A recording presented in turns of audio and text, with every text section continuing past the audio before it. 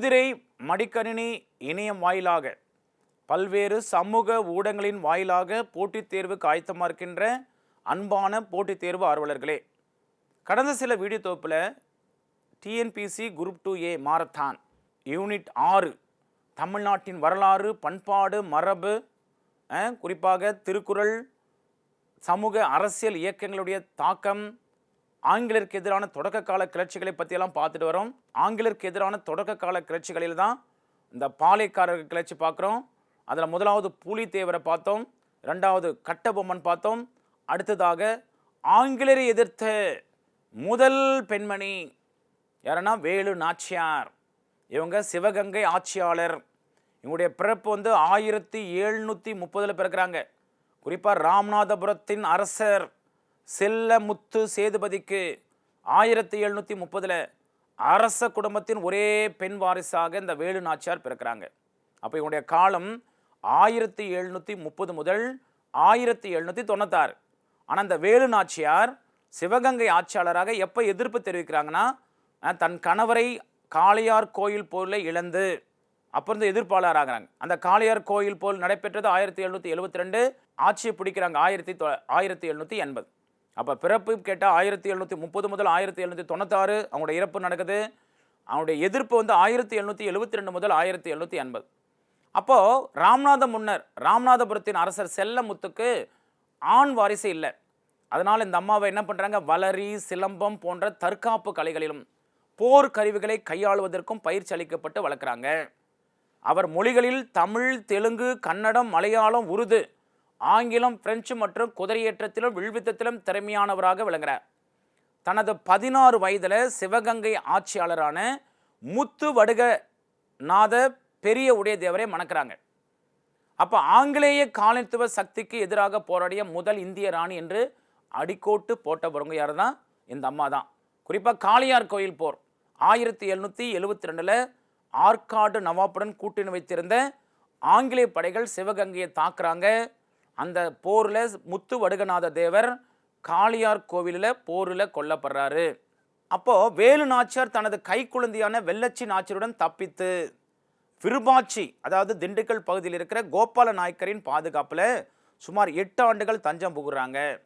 மைசூர் ஐதர் அலிக்கு ஒரு கடிதம் அனுப்பி இராணுவ உதவியை கேட்குறாங்க.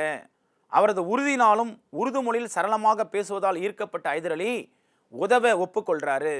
திண்டுக்கல்லில் உள்ள தனது ஆளுநர் சையத் கர்கிக்கு 5000 காலர் படை மற்றும் 5000 குதிரைப்படை வீரர்களை வழங்குமாறு உத்தரவிடுறார். அப்போ 2ஆம் ஆங்கில மைசூர் போரில், அதாவது 1780 முதல் 1784 2ஆம் ஆங்கில மைசூர் போர் நடக்கும். தொடங்கத்தால் வழங்கப்பட்ட வாய்ப்பை பயன்படுத்தி கொள்கிறார். இது ஆங்கிலேயரின் கவனத்தையும் வளங்களையும் திசை திருப்பியதான். அப்போ ஐதர் அலியின் ஆதரவுடன் மருது சகோதரர்கள், குறிப்பாக பெரிய மருது, சின்ன மருது இராணுவ தலைமையுடன் அவர் வெற்றிகரமான போரை தொடங்கி சுமார் 1780 சிவகங்கையை மீட்டெடுக்கிறாங்க. அதில் உடையாள் படை, அதாவது பெண்கள் படை மற்றும் குயிலி, வேலு நாச்சியாரின் ஈடுபடுத்த ஆங்கிலேயரிடம் தெரிவிக்க மறுத்த தனது உயிர் தியாகம் செய்த உடையாளின், அதாவது மேய்த்தல் தொழில் செய்த பெண் நினைவாக உடையாள் படை என்ற பெண்கள் படையை உருவாக்குறாங்க. வேலு நாச்சியாரின் நெருங்கிய நம்பிக்கைக்குரிவான குயிலி என்ற பெண் தளபதி இந்த படைக்கு தலைமை தாங்குறாங்க. அப்போ இந்திய வரலாற்றில் பதிவு செய்யப்பட்ட முதல் தற்கொலை படை தாக்குதல் நடத்தியவராக இந்த குயில் புகழ பெற்றார். ஒரு பிரிட்டிஷ் ஆயுத கிடங்கின் மீதான தாக்குதலின் போது, அதாவது சிவகங்கை அல்லது ஒரு புறக்காவல் நிலையத்தில் இருக்கலாம், அவர் நெய் எண்ணெயில் தன்னை நனைத்து கொண்டு தீ வைத்து கொண்டு ஆயுத கிடங்குக்குள் குதிக்கிறாரு. இது ஒரு பெரிய வெடிப்பை ஏற்படுத்தி பிரிட்டிஷ் வெடிமருந்துகளை அளிக்கிறது. மருது சகோதரர்கள், குறிப்பாக பெரிய மருது, சின்ன மருது 1801 வரை அவங்க எதிர்க்கிறாங்க. அதில் குறிப்பாக பெரிய மருது, வெள்ளை மருது என்று அழைக்கிறாங்க. இவருடைய காலம் 1748 முதல் 1801. சின்ன மருது 1753 முதல் 1801. நரிக்குடிக்கு அருகில் உள்ள முக்கரை பாலத்தைச் சேர்ந்த திறமையான நிர்வாகி, திறமையான இராணுவ தளபதியாக இருக்கிறாங்க. அவர்கள் முத்து வடுகநாத தேவருக்கு சேவை செய்து முக்கியத்துவம் பெற்றார். பின்னர் வேலு நாச்சியாருக்கு முக்கிய ஆலோசகராகவும் இராணுவ தலைவர்களையும் ஆனார்கள். அதனால தான் அவர்கள் சிவகங்கை மீட்பதில் முக்கிய பங்கு வைத்தவர்கள். பெரிய மருது தனது இராணுவ திறமைக்காக அறியப்பட்டவர். அவர் பெரிய மருது சிவகங்கை சிங்கம் என்று பட்டம் கிடைக்கும். சின்ன மருது மிகவும் கூர்மையான அரசியல் உத்தியாளராக இருக்கிறார். அவர் சிறு வயலில் தங்கள் தலைமையகத்தை நிறுவுறாங்க. சிறு வயல் அதில் திருச்சிராப்பள்ளி பிரகடனத்தோட தொடர்பு. அப்போ இந்த 1780 காளையார் கோயிலில் மீண்டும் எடுத்த வேலு நாச்சியார் தன்னுடைய மீதி காலத்தை வாழ்ந்து 1796 நோய்வாய்ப்பட்டு மூப்பின் காரணமாக இறந்து போகிறாங்க. அதற்கு துணை புரிந்தவர்கள் தான் இந்த மருது சகோதரர்கள். அந்த மருது சகோதரருடைய தலைமையில் ஏற்பட்ட ஒரு அமைப்பு தான் திருச்சிராப்பள்ளி பிரகடனம். அது தீபகற்ப கூட்டமைப்பு பிரகடனம். ஜூன் 1801, ஜூன் 5, 1801 இதை சின்ன மருதால் வெளியிடுறாங்க. இது ஆங்கிலேயருக்கு எதிரான ஆயுதம் ஏந்துவதற்கான ஒரு முன்னோடி இல்லாத அழைப்பான். இது திருச்சிராப்பள்ளி கோட்டையில் உள்ள நவாப் அரண்மனையின் சுவர்களிலும் ஸ்ரீரங்கம் ரங்கநாத சுவாமி கோயிலும் ஒட்டப்பட்டு சில வரலாற்று ஆசிரியர்களால் இது இந்தியாவின் ஆரம்ப கால சுதந்திர பிரகடனமாக கருதப்படுதான். இது சமூகத்தின் அனைத்து பிரிவினரையும் பிராமணர்கள், சத்திரியர்கள், வைசிரியர்கள், சூத்திரர்கள் மற்றும் முஸ்லிம்கள், தாழ்ந்த பிறப்புடைய வெளிநாட்டவர்களுக்கும் அதாவது ஆங்கிலேயர்கள் எதிராக ஒன்றிணைத்த நிலத்தை விடுவிக்க வலியுறுத்தது தான் இந்த திருச்சிராப்பள்ளி பிரகடனம், தீபகற்ப கூட்டமைப்பு பிரகடனம். அதில் தென்னிந்திய கூட்டமைப்பு 1800 1801 மருது சகோதரர்கள் இந்த பரந்த கூட்டணியின் முக்கிய நபர்களாக இருக்கிறாங்க. இது 2ஆம் பாளையக்காரர் போர் என்று அழைக்கிறாங்க. இது தெற்கு தமிழ்நாடு முழுவதும் இருந்து பல்வேறு பாளையக்காரர்களையும் தலைவர்களையும் ஒன்றிணைத்து இதில் ஊமத்துறை மற்றும் செவத்தையா அந்த 2 பேர் தான் கட்டபொம்மனின் சகோதரர்கள் தப்பித்து பாஞ்சாலங்குறிச்சி மீண்டும் கட்டி எழுப்புறாங்க. அதே நேரத்தில் திண்டுக்கல் கோபால நாயக்கர், மலபார் கேரளவர்மர், மைசூர் கிருஷ்ணம நாயக்கர் மற்றும் பிறரும் இந்த தென்னிந்திய கூட்டமைப்பில் தீபகற்ப கூட்டமைப்பில் சேர்றாங்க. இது முந்தைய முயற்சியை விட விரிவான மற்றும் ஒழுங்கமைக்கப்பட்ட கூட்டணியாக இருந்தது. அப்போ தோல்வி மற்றும் தூக்கிலிடப்படுதல். ஆங்கிலேயர்களால் கர்னல் அக்னிவ் மற்றும் கர்னல் இன்ஸ் தலைமையில் ஒரு பெரிய தாக்குதலை தொடங்குறாங்க. பாளையக்காரர் படை வீரமாக போரிடுறாங்க. ஆனால் இறுதியில் ஆங்கிலேய இராணுவம் மேன்மை மற்றும் உத்தியால் தோற்கடிக்கப்படுது. கடும் எதிர்ப்பு பிறகு மருது சகோதரர்கள் பிடிக்கப்படுறாங்க. அவர்கள் அக்டோபர் 24, 1801 அன்று திருப்பத்தூர் கோட்டை அதாவது சிவகங்கை மாவட்டம் பகிரமாக தூக்கிடுறாங்க. அவரது கூட்டாளிகள் மற்றும் குடும்ப உறுப்பினர்கள் பலரும் தூக்கிலிடப்பட்டு நாடு கடத்தப்படுறாங்க. தீரன் சின்னமலை, தீர்த்தகிரி கவுண்டர் இவருடைய எதிர்ப்பு 1790 மற்றும் 1805 தீர்த்தகிரி என்ற பெயரோடு பழைய கோட்டை மன்றாடியார் பட்டம் பெற்ற மதிப்புமிக்க குடும்பத்தில் 1756 பிறந்த தீரன் சிலம்பு, வில்வித்தை, குதிரையேற்றம் மட்டுமல்லாமல் நவீன போர் முறைகளையும் கற்றுத் தேர்ந்தவர். கொங்கு பகுதியைச் சேர்ந்த மேற்கு தமிழ்நாடு இன்றைய ஈரோடு, கோயம்புத்தூர், சேலம் பகுதி ஒரு பாளையக்காரர் ஓடானிலிருந்து ஆட்சி செய்கிறார். சின்னமலை, சிறியமலை என்ற பட்டம் கொங்கு பகுதியிலிருந்து மைசூருக்கு வருவாய் எடுத்து சென்ற திப்பு சுல்தானின் வரி வசூலிப்பவர்களை எதிர்த்த போது கிடைத்ததாக கூறப்படுகிறது. அப்போ செல்வம் சிவன்மலைக்கும் சென்னிமலைக்கும் இடையில் ஒரு சின்ன மலைக்கு சொந்தமானது என்று கூறுகிறார். பிரெஞ்சு இராணுவ நிபுணரிடமிருந்து இராணுவ பயிற்சி பெறுறார் மற்றும் மைசூர் திப்பு சுல்தானின் கூட்டாளியாக இருக்கிறார். ஆங்கிலேயருக்கு எதிரான ஆங்கில மைசூர் போர்களில் திப்பு சுல்தானுடன் இணைந்து போரிடுறார். கொங்கு பகுதியில் இளைஞர்களையும் வீரர்களையும் ஒரு வலிமையான சண்டைப்படையாக ஒழுங்கமைக்கிறார். 4ஆம் ஆங்கில மைசூர் போரில் திப்பு சுல்தான் இறந்த பிறகு சின்னமலை சுதந்திரமாக எதிர்ப்பை தொடர்ந்தார். அவர் தனது ஓடாநிலை கோட்டையிலிருந்து தாக்குதல்களை தொடங்கி கொரில்லா போர் தந்திரங்களை திறம்பட பயன்படுத்துகிறார். ஆங்கிலேயருக்கு எதிராக காவிரி 1801 ஓடாநிலை 1802, அரசலூர் 1804 ஆகிய இடங்களில் குறிப்பிடத்தக்க போர்களில் போரிட்டவர் தான் இந்த தீர்த்தகிரி என்ற தீரன் சின்னமலை. பல ஆண்டுகளாக தனது போராட்டத்தை தொடர்ந்தவர். அவர் இறுதியில் தனது சமையல்காரர் நல்லப்பனால் காட்டி கொடுக்கப்படுறார். ஆங்கிலேயர்கள் பிடிக்கப்பட்டு ஜூலை 31, 1805 சங்ககிரி கோட்டையில் தனது சகோதரருடன் தூக்கிலிடப்படுறார். வேலூர் கழகம் 1806, குறிப்பாக கட்டபொம்மன் எதிர்ப்பு 1799, மருது சகோதரர்கள் எதிர்ப்பு 1801 ஆகியவற்றை ஒடுக்கிய பின்பு இந்த பிரிட்டிஷார் ஆற்காடு நவாப்பை விசுவாசமற்றவர் என்று குற்றம் சுமத்தி அவர் மீது கட்டாயப்படுத்தி ஒரு ஒப்பந்தத்தை திணிக்கிறாங்க.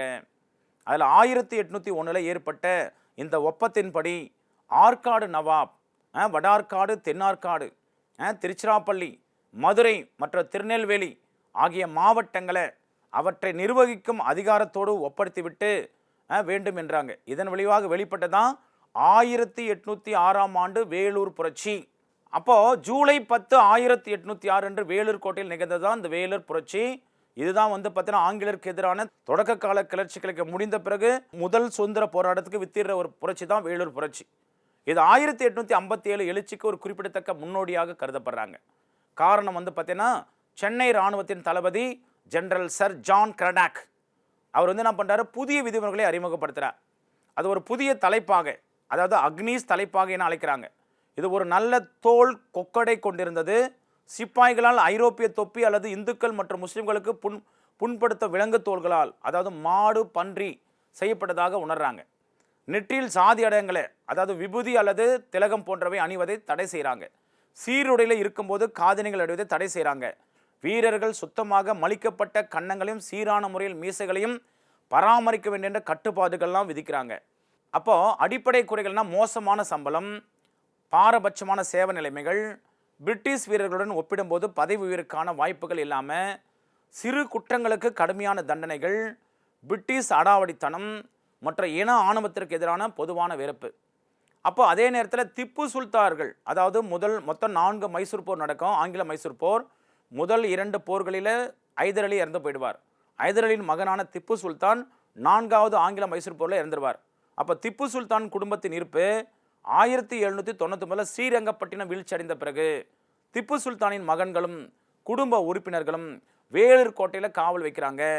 அப்போ திப்புவின் வம்சத்தை மீட்டெடுக்கும் நம்பிக்கையில் திப்புவின் சில பணியாளர்களின் தூண்டுதலால் அவர்களின் இறப்பு மற்றும் களங்கத்திற்கு எரிபொருளாக இருந்ததாக நம்புகிறாங்க.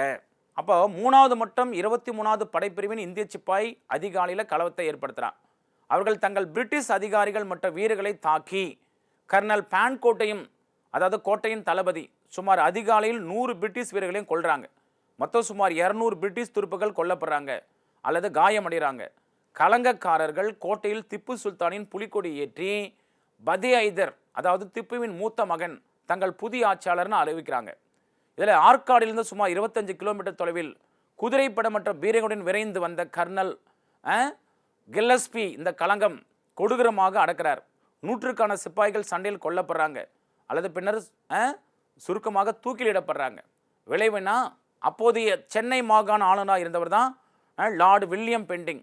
சிப்பாய்களின் உணர்வுகளை அளவிட தவறியதற்காக இங்கிலாந்துக்கு திரும்பி அழைக்கப்படுறார். ஜான் கிரடாக் திரும்பி அழைக்கிறாங்க. கர்னல் கில்லஸ்பிக்கு தாராளமாக வெகுமதி அளிக்கிறாங்க. 7000 பக்கோடாக்கள் கொடுக்குறாங்க. மேலும் தூண்டுதலை தடுக்க திப்பு சுல்தானின் மகன்களும் குடும்பத்தினரும் கல்கத்தாவுக்கு மாற்றப்படுறாங்க. சர்ச்சைக்குரிய புதிய இராணுவ வீரர்கள் திரும்ப பெறாங்க. அப்போ இந்திய சுதந்திர இயக்கத்தில் தமிழ்நாட்டுடைய பங்கு, அப்போ பார்த்தீங்கன்னா முதலாக இந்திய சுதந்திர போராட்டத்தில் முதலாக ஒரு அமைப்பாக திருண்டிய ஒரு அமைப்பு தான் சென்னை சுதேசி சங்கம். That mean Madras native association. 1852 முதல் 1862. இதை நிறுவின முக்கியமானவர்னா கஜுலு லட்சுமி நரசு செட்டி மற்றும் சீனிவாச பிள்ளை.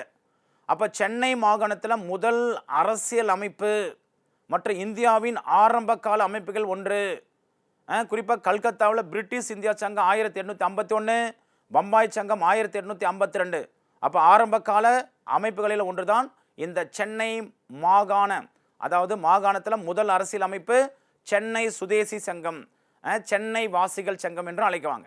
இதனுடைய நோக்கம் என்னன்னா, இந்திய நலன்களுக்காக வாதிடுவது, கிழக்கிந்திய கம்பெனியின் பாகுபாடான கொள்கைக்கு எதிர்ப்பை தெரிவிப்பது, நிர்வாகத்தில் அதிக இந்திய பிரதிநிதித்துவத்தை நாடுவது, கவன பகுதிகள் கம்பெனியின் வருவாய் கொள்கைகள், நீதித்துறை அமைப்பு மற்றும் கிறிஸ்துவ மதமாற்ற நடவடிக்கைகளுக்கான ஆதரவை எதிர்த்து. இது மெயினாக இதில் உறுப்பினர்கள் யார் இருந்தாங்கன்னா வணிகர்கள் அதிகமாக இருக்கிறாங்க. இது வணிகர்கள் மற்றும் நில உரிமையாளர்களின் குறைகளையும் எடுத்துரைத்ததான். முக்கியமான பங்கு என்னன்னா, 1864 இது செயலிருந்த போது கூட்டு அரசியல் நடவடிக்கைக்கு ஒரு தளத்தை வளர்ப்பதன் மூலம் தென்னிந்தியாவில் ஆரம்ப கால அல்லது தென்னிந்தியாவில் எதிர்கால அரசியல் சங்கங்களுக்கு இது அடித்தளம் அமைந்ததாம். அப்போ இதனுடைய முக்கியமான அச்சீவ்மெண்ட் எது சொன்னா, அன்றைய காலகட்டத்தில் 1850களில் குறிப்பாக விவசாயிகளை இவங்க ஆங்கிலேயர்கள் வரி வசூலை செய்தல ரொம்ப டார்ச்சர் பண்ணாங்க. அதனால் இந்த சென்னை சுதேசி சங்கம், சென்னை வாசிகள் சங்கம் உடைய முயற்சியால் 1856, 58களில் டார்ச்சர் கமிஷன் என்ற ஒரு கமிஷனை சித்திரவதை ஆணையம் என்று உருவாக்குறாங்க. அது மட்டும் இல்லாமல் கிழக்கிந்திய கம்பெனி இந்தியாவில் தொடர்ந்து நடைபெறக்கூடாது அப்படின்ட்டு பார்த்தீங்கன்னா பல்வேறு மக்களிடத்தில் கையெழுத்து இயக்கத்தை நடத்தி அதை பிரிட்டிஷில் போய் சப்மிட் பண்ணாங்க. அப்போ ஒவ்வொரு 20 ஆண்டுக்கும் அந்த கிழக்கிந்திய கம்பெனியை புதுப்பிக்கிற அந்த சார்ட்டர்ட் ஆக்டை திரும்ப பெறுவதற்கு காரணமாக இருந்தாங்க. அதோட பார்த்தீங்கன்னா இந்த சென்னை சுதேசி சங்கம் வணிகர் அமைப்பாக இருந்தனால 1862 செல்வாக்கு இழக்குது. அடுத்தது சென்னை மகாஜன சபை. சென்னை மகாஜன சபை மே 16, 1884 தேதியோட ரொம்ப முக்கியம். குறிப்பாக இப்போ குரூப் 2A மெயின்ஸ் எக்ஸாமில் கேட்டிருக்கா. சென்னை மகாஜன சபை. நிறுவனர் P Rangaiah Naidu, M Veeraraghavachariar, P Ananda Charlu போன்ற முக்கிய தலைவர்கள். அதில் ஜி சுப்பிரமணிய ஐயரும் ஒரு முக்கிய நபராக இருக்கிறார். படித்த நடுத்தர வர்க்கத்தின் நலன்களை பிரதிபடுத்துதல், அவர்களின் அரசியல் கூறுகளை வெளிப்படுத்துதான் என்னுடைய நோக்கமாக இருந்தது. குறிப்பாக குடிமை உரிமைகள், நிர்வாக சீர்திருத்தம், இராணுவ செலவின குறிப்பு, சட்டமன்றங்கள், குடிமை பணிகள், அதிக இந்திய பிரதிநிதித்துவம் ஆகியவற்றை வாதிட்டது. 1885 இந்திய தேசிய காங்கிரஸில் உருவாக்கப்பட்ட பிறகு அதன் மாகாண கிளையாக செயல்பட்டு அந்த மெட்ராஸ் மகாஜன் சபா தலைவர்கள் காங்கிரஸ் மாநாட்டில் தீவிரமாக பங்கேற்கிறாங்க. அப்போ இந்த சென்னை மகாஜன சபா அதில் முக்கியமான ஒருவர் தான் ஜி சுப்பிரமணிய ஐயர். அவரும் அவருடைய சார்ந்த நண்பர்களாக சேர்ந்து தான் 1878 குறிப்பாக வந்து பார்த்தீங்கன்னா 1878 செப்டம்பர் 20 அங்கே தான் ஆங்கிலருக்கு எதிரான முதல் பத்திரிக்கை தி ஹிந்து பத்திரிக்கையை வந்து என்ன பண்ணுறாங்க, ஆரம்பிக்கிறார் சுப்பிரமணிய ஐயர். தி ஹிந்து பத்திரிக்கை சின்ஸ் செப்டம்பர் 20, 1878. இது அதிக முறை டிஎன்பிசி எக்ஸாமில் கேள்வி கேட்டிருக்காங்க.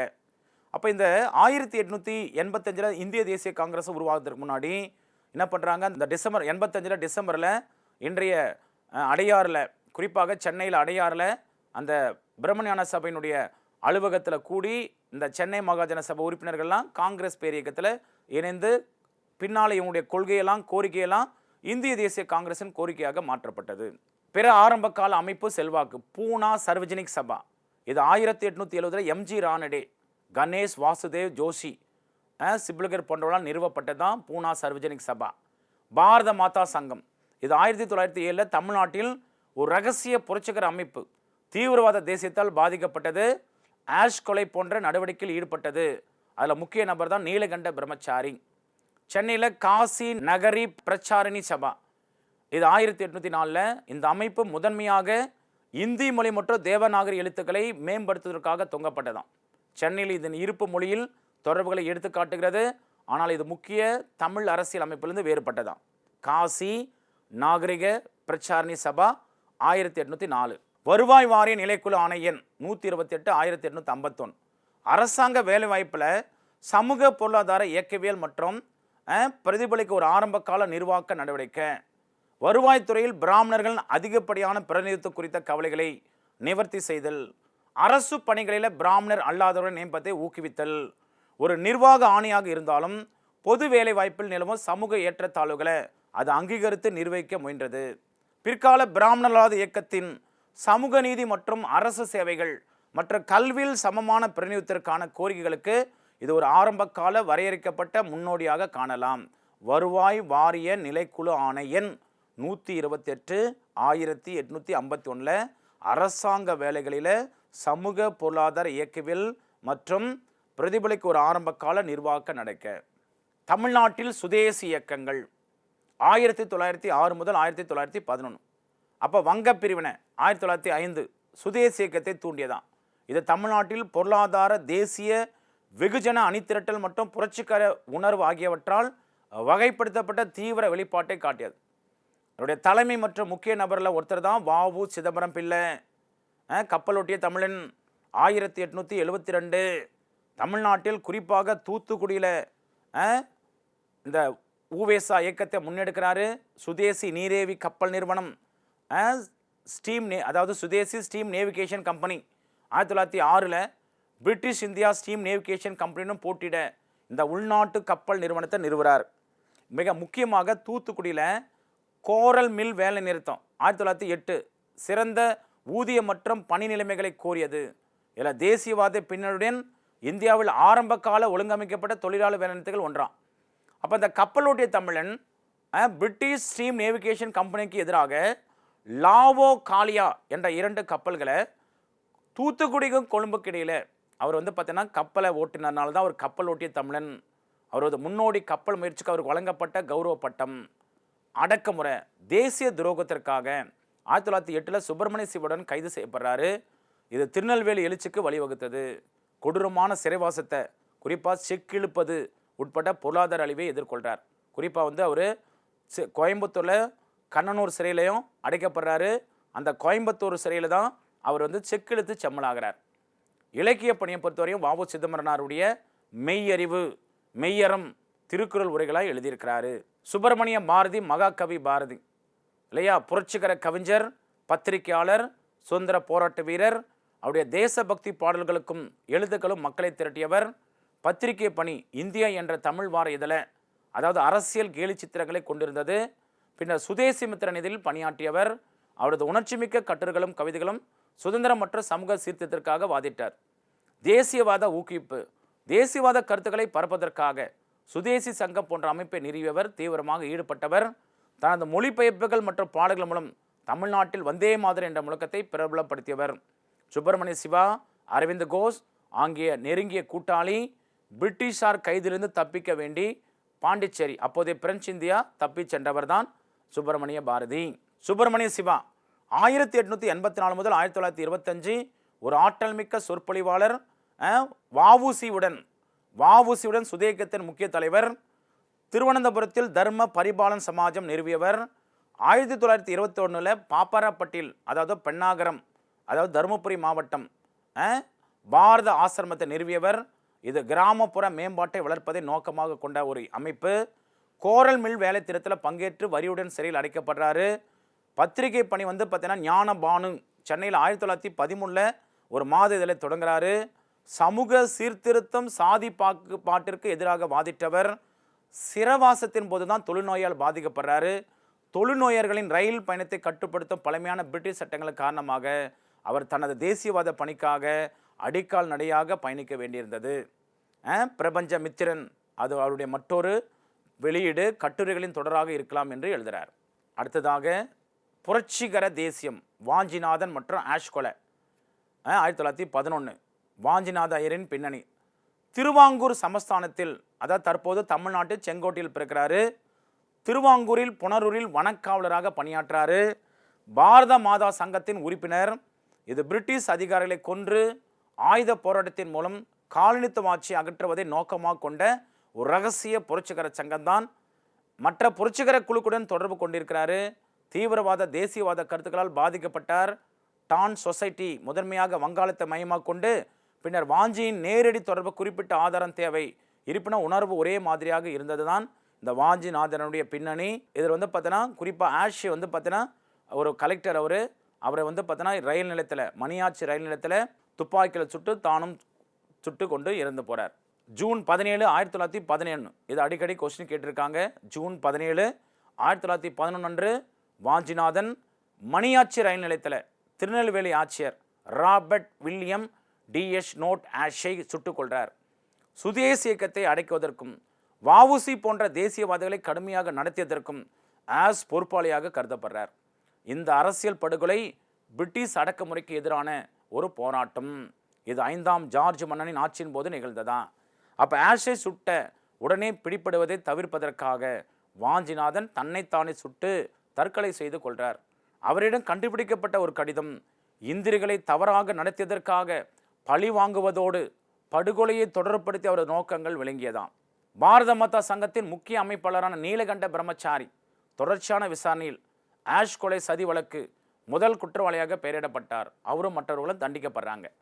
ஆரியூர் புகழையும் பெருநிலம் முழுவதும் ஆரியர் அந்நியர் ஆளிவிடுவதோ எப்போதும் தனியும் இந்த சுதந்திர தாகம் என்ற சரணத்துடன் கூடிய புரட்சிகர பாடல் தீர்ப்பில் குறிப்பிடப்பட்டது. இது தேசபக்தி உணர்வை எடுத்துக்காட்டுதான். சிறையிலிருந்து விடுதலான பிறகு நீலகண்ட பிரம்மச்சாரி நந்திமலையில் ஒரு ஆசிரமத்தை நிறுவுகிறார். இந்த வழக்கு தென்னிந்தியாவில் புரட்சிகர வலையமைப்பின் அளவையும் பிரிட்டிஷ் ஆட்சிக்கு எதிரான ஆழமான வெறுப்பையும் அம்பலப்படுத்தியது அம்பலமாகிறது. அடுத்த முக்கிய புரட்சியாளர்கள் வாஞ்சிநாதன் செக்கோட்டை, மடசாமி பிள்ளை வாஞ்சியின் கூட்டாளி ஒட்டபிராரம், செண்பராமன் பிள்ளை, அதாவது ஹிட்லரே மன்னிப்பு கேட்க வச்சவர். குறிப்பாக முந்தைய புரட்சியாளர் ஜெர்மனியுடன் தொடர்புடையவர். நாஞ்சினால் குறிப்பாக கன்னியாகுமரி மாநிலத்தை சார்ந்தவர். சுப்பிரமணிய சிவா வத்தலகுண்டு திண்டுக்கல் மாவட்டம். தமிழ்நாட்டில் ஓம் ரூல் இயக்கம் 1915 முதல் 1918. குறிப்பாக ஓம் ரூல் இயக்கம்னா ஒரு 3 பேரை நம்ம ஞாபகம் வச்சுக்கணும். முதல்ல பார்த்தீங்கன்னா ஃபஸ்ட்டு ஓம் ரூலுக்கு இயக்கம் திலகர், இரண்டாவது அன்னி பென்சன். அப்போ இந்த 2 பேர் தான் முக்கியமானவர்கள். சென்னையில் அன்னி பென்சன் அம்மையால் முதன்மையாக வழிநடத்தப்பட்டது. தனது அகில இந்திய ஓம் ரூல் இயக்க செப்டம்பர் 1916 தொடங்குறாங்க. அப்போ முதல்ல தொடங்குவர் யாருன்னா திலகர். திலகர் வந்து 1916, அதாவது ஏப்ரல் 1914 தொடங்குறாரு. வேற இந்த அன்னி பெசன்ட் வந்து செப்டம்பர் 1914 தொடங்குறாங்க. குறிப்பாக சென்னை அடையாற்றில் தலைமையிடமாக இருந்த தியோசோபிக்கல் சொசைட்டி, அதாவது பிரம்மஞான சபை, பெசன்ட்டின் ஓம் ரூல் நடவடிக்கை ஒரு அமைப்பாக ரீதியான தளத்தையும் அறிவுசார் ஆதரவையும் வழங்கியது. அவர் ஆன்மீக கருத்துக்களை சுயராஜ்யத்தின் அரசியல் இயக்கங்களுடன் இணைக்கிறார். முக்கிய தமிழ் தலைவர்கள் யாரெல்லாம் ஓம் ரூல் இயக்கத்தினா எஸ். சுப்பிரமணிய ஐயர் எதிர்ப்பு தெரிவித்து அவரும் நைட் பட்டத்தை துறக்கிறார். ஜி.எஸ். Arundale, B P. வாடியா, இவங்க 2 பேர் தொழிலாளர் தலைவர். சி.பி. ராமசாமி ஐயர், சி. ராஜகோபாலாச்சாரி ஆரம்பத்தில் ஒரு தூரத்தை கடைபிடித்தார். ஆனால் இறுதி இயக்கத்தில் சேர்றாரு. குறிப்பாக ஜூன் 1917 அன்னி பெசன்ட் கைது செய்யப்பட்ட பிறகு இது லீக்கிற்கு ஆதரவை திரட்டியதான். காந்தி சகாப்தம், வெகுஜன அணி திரட்டல், தமிழ்நாடு அனைத்து முக்கிய காந்தி இயக்கங்களிலும் தீவிரமாக பங்கேற்றதான். ஒத்துழையாமை இயக்கம் 1920 முதல் 1922, அதில் சட்ட மறுப்பு இயக்கம் 1930 to 34 தமிழகத்தினுடைய முழு, அதாவது முக்கிய காந்தி இயக்கங்களில் தீவிரமாக தமிழகம் பங்கேற்றது. அதில் முதல்ல வேதாரணி உப்பு சத்தியாகிரகம் மார்ச் ஏப்ரல் 1930 நடக்குது. இது சி. ராஜகோபாலாச்சாரி, அதாவது ராஜாஜி தலைமையில் இது காந்தியின் தண்டி யாத்திரைக்கு இணையாக தென்னிந்திய நிகழ்வு தான் இந்த வேதாரணி உப்பு சத்தியாகிரகம். ஏப்ரல் 13, 1930 அன்று திருச்சிராப்பள்ளியில் இருந்து தொடங்கி ஏப்ரல் 22 அன்று வேதாரணத்தை, அதாவது தஞ்சாவூர் மாவட்டத்தில் உள்ள ஒரு கடற்கரை நகரம் அதை அடைந்தது.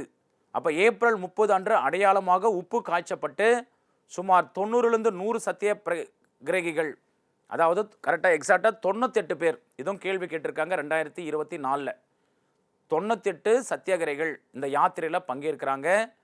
பிரிட்டிஷ் உப்பு ஏகாபோதத்தை மீறுவதை நோக்கமாக கொண்டது. யாத்திரையில் பங்கேற்றவர்கள் கடுமையான போலீஸின் அடக்குமுறையை எதிர்கொண்டாங்க. வேதாரண்யம் சர்தார் வேதரத்னம் பிள்ளை உள்ளூர் அளவில் முக்கிய ஆதரவை வழங்கினார். வேதாரண்யம் உப்பு சத்தியாகிரகம். அடுத்தது சென்னை உப்பு சத்தியாகிரகம், இது 1930 நடக்குது. குறிப்பாக சென்னையில் டி. பிரகாசம், இவர் டி. பிரகாசம் தான் சென்னை மாகாணம் மொழிவாரியாக பிரிக்கப்பட்டு, குறிப்பாக சென்னை ஆந்திரா, அந்த ஆந்திரா மாநிலத்துடைய முதலமைச்சர் யாருன்னா டி. பிரகாசம். இவருக்கு ஆந்திர கேசரின்ற பேர் உண்டு. மற்றும் கே. நாகேஸ்வர ராவ் தலைமையில் நடைபெற்றதான் சென்னை உப்பு சத்தியாகிரகம். பல பெண் தன்னார்வலர்கள் உட்பட சத்தியாகிரகிகள் திருவல்லிக்கேணி கடற்கரையில் கடல் நீரிலிருந்து உப்பு காய்ச்சுறாங்க. அப்போ சென்னைக்கு அருகில் உள்ள உதயவன சத்தியாகிரகத்துக்காக முகாமாக செயல்பட்டது. அடுத்தது பாருங்க, செயற்குழு கூட்டம், council action, Tamil Nadu Congress committee, இந்த சட்ட மறுப்பு நடவடிக்கையை ஒருங்கிணைக்க செயல்பாட்டுக்குழு சத்தியகுருகள் ஒன்றை அமைக்கிறாங்க. அதில் எஸ். சத்தியமூர்த்தி தமிழ்நாட்டில் காங்கிரஸின் ஒரு முக்கிய தலைவர், சொற்பொழிவாராக இருக்கிறாரு. இது போன்ற குழுக்கள் முக்கிய பங்கு வகிக்கிறார். இந்த குழு உப்பு காய்ச்சுதல், கள்ளுக்கடை மற்றும் வெளிநாட்டு துணிகளை மறியல், வெளிநாட்டு பொருட்களை புறக்கணித்தல் ஆகியவற்று தன்னார்வலை திரட்டியது. இதில் இதை கேள்வி கேட்டிருந்தாங்க. குரூப் 4 வந்தது செயற்கூட்டத்தை பற்றி 3 ஸ்டேட்மெண்ட் கேள்வி கேட்டிருந்தாங்க. குறிப்பிடத்தக்க பங்கேற்பாளர்கள் ருக்குமணி லட்சுமிபதி, இவங்க ஒரு முக்கிய பெண் தலைவர். வேதாரணி உப்பு சத்தியாகிரகத்தின் போது உப்பு சட்டங்களை மீறியதற்காக கைது செய்யப்பட்டு அபராதம் செலுத்திய முதல் பெண்மணி தான் இந்த ருக்குமணி லட்சுமிபதி. அடுத்து 2வது துர்காபாய் தேஷ்முக், அப்போது துர்கார் சென்னை உப்பு சத்தியாகிரகத்தில் தீவிரமாக பங்கேற்று கைது செய்யப்பட்டவர். டி. பிரகாசம், கே. நாகேஸ்வர ராவ், பெசன்ட் அருண்டேல் மற்றும் பலர் கைது செய்யப்படுறாங்க. தனிநபர் சத்தியாகிரகம் தமிழ்நாட்டில் 1940 தனிகிர சத்தியாகிரகம் மகாத்மா காந்தி அறிவிக்கிறாரு. பாசிசத்திற்கு எதிரான தேச நாடுகளின் போர் முயற்சிக்கு இடையூறு விளைவிக்காமல் 2ஆம் உலகப் போரில், அதாவது 2ஆம் உலகப் போர் 1939 முதல் 45, 2ஆம் உலகப் போரில் இந்தியாவின் கட்டாய பங்கேற்புக்கு எதிர்ப்பு தெரிவிக்க காந்தியின் வரையறுக்கப்பட்ட சட்ட மறுப்புத்தின் ஒரு பகுதி தான் இந்த தனிநபர் சத்தியாகிரகம். இது பார்த்தீங்கன்னா முதல் தனிநகர் சத்தியாகிரகி யாருன்னா இந்திய அளவில் பார்த்தோன்னா ஆச்சாரிய வினோபாவா. 2வதா ஜவஹர்லால் நேரு. அந்த ஆச்சாரிய வினோபாவா யாருன்னா பூமிதான இயக்கத்தோட தொடர்புடையவர். அதாவது தமிழ்நாட்டில் தேர்ந்தெடுக்கப்பட்ட நபர்கள் போர் எதிர்ப்புகளை நிகழ்த்துவதன் மூலமோ அல்லது அடையாள எதிர்ப்பின் செயல்களை செய்வதன் மூலமோ சத்தியாகிரகம் செய்வாங்க. அப்போ திருச்சிராப்பள்ளியை சேர்ந்த ஒரு முக்கிய காங்கிரஸ் தலைவர் டாக்டர் எஸ். ராஜன். எப்படி இந்திய அளவில் பார்த்தோன்னா ஆச்சாரிய வினோபாவா மாதிரி தமிழ்நாட்டில் ஆரம்ப கால முதல் இல்லை என்றாலும் தமிழர் சபத்தில் ஒருவராக அடிக்கடி குறிப்பிடுதான் டாக்டர் எஸ். ராஜன். வெள்ளையனேறு இயக்கத்துடைய தமிழ்நாட்டு பங்கு 1942 காந்தியின் செய் அல்லது செத்துமொழி என்ற அழைப்பை தொடர்ந்து இந்த இயக்கம் தமிழ்நாட்டில் பரவலான மற்ற தன்னிச்சையான பங்கேற்பை கண்டது. இதில் இந்த வெள்ளையனே வெளியேறு இயக்கத்தில் தொழிலாளர்கள், மாணவர்கள், சாதாரண மக்கள் நம்ம போராட்டங்களை நடத்துகிறாங்க. அறுதல்கள், ஊர்வலங்கள் மற்றும் ஆர்ப்பாட்டங்களை இணைகிறாங்க. சென்னையில் பக்கிங்காம் மற்றும் கர்நாடக மில்கள், சென்னை துறைமுக பொறுப்புகளும் சென்னை மாநகராட்சியில் வேலை நிறுத்தலாம் ஏற்பாடு பண்ணுறாங்க. ரயில் பாதைகள், தந்தி கம்பிகள், அரசு சொத்துக்கள் மீதான தாக்குதல் போன்ற சம்பவம் ஏற்படுது. காவல்துறை அடக்குமுறை கடுமையாக இருந்தது வெள்ளையனே வெளியேறு இயக்கத்தில். தமிழ்நாட்டில் சுதந்திர போராட்டத்தில் முக்கிய பெண்கள். அடுத்த தலைப்பு, தமிழ்நாட்டில் சுதந்திர போராட்டத்தில் முக்கிய பெண்கள். அப்போ எண்ணற்ற தமிழ் சுதந்திர போராட்டத்தில் பெண்கள் பங்கேற்கிறாங்க. இதனுடைய தொடர்ச்சி நாம் அடுத்த வரக்கூடிய எபிசோடில் தொடர்ந்து பார்ப்போம். தேங்க்யூ.